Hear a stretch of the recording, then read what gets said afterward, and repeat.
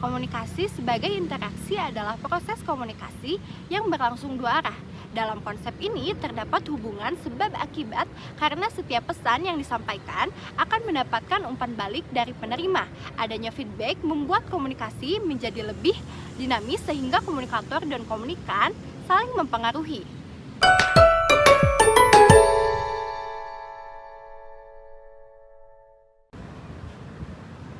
Pada saat perkuliahan, komunikasi memiliki fungsi pendidikan atau edukatif.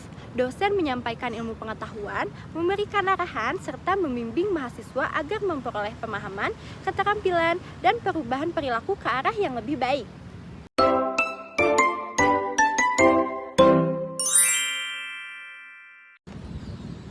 Agar pesan dapat diterima secara logis oleh penerima, komunikator harus menyusun pesan dengan pola yang sistematis. Pesan disampaikan menggunakan logika yang jelas, menjelaskan manfaat atau keuntungan bagi penerima, serta memiliki struktur yang runtut agar mudah dipahami dan lebih meyakinkan.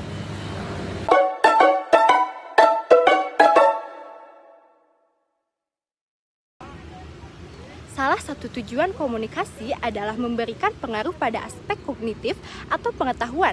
Pengaruh tersebut dapat berupa perubahan persepsi, yaitu cara seseorang memandang sesuatu, dan perubahan pendapat setelah menerima informasi baru dari komunikator.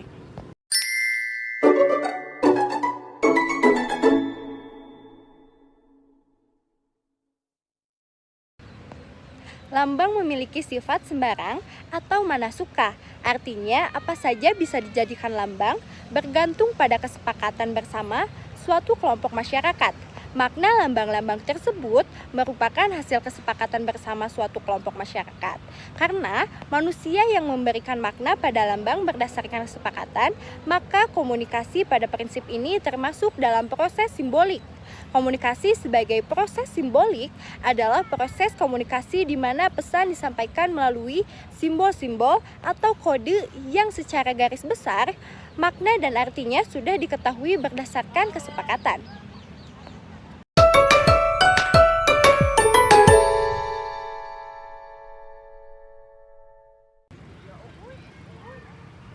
Gangguan dalam komunikasi dapat muncul karena penggunaan bahasa yang tidak tepat, seperti kata-kata yang ambigu atau sulit dipahami. Akibatnya, pesan tidak diterima sesuai dengan maksud komunikator, sehingga dapat menimbulkan kesalahpahaman.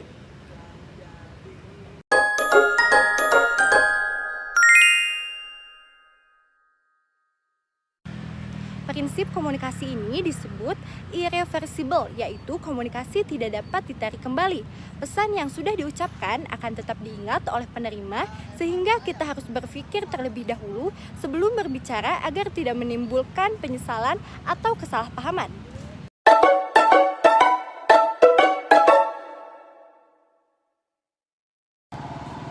Peristiwa sejarah dipandang bersifat unik karena hanya terjadi satu kali dan tidak mungkin terulang kembali dalam bentuk yang sama persis.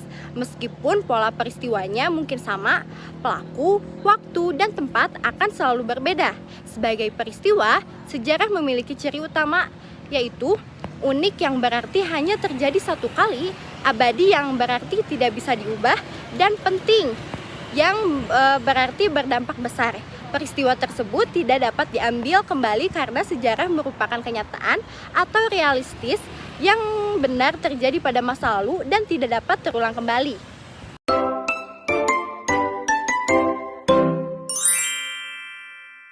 Kemampuan berbahasa merupakan salah satu ciri khas manusia yang berkembang karena kemampuan otaknya. Dengan bahasa, manusia dapat berpikir secara abstrak, menyampaikan ide, bekerja sama, serta mewariskan pengetahuan kepada generasi berikutnya. Kemampuan ini tidak dimiliki hewan secara kompleks.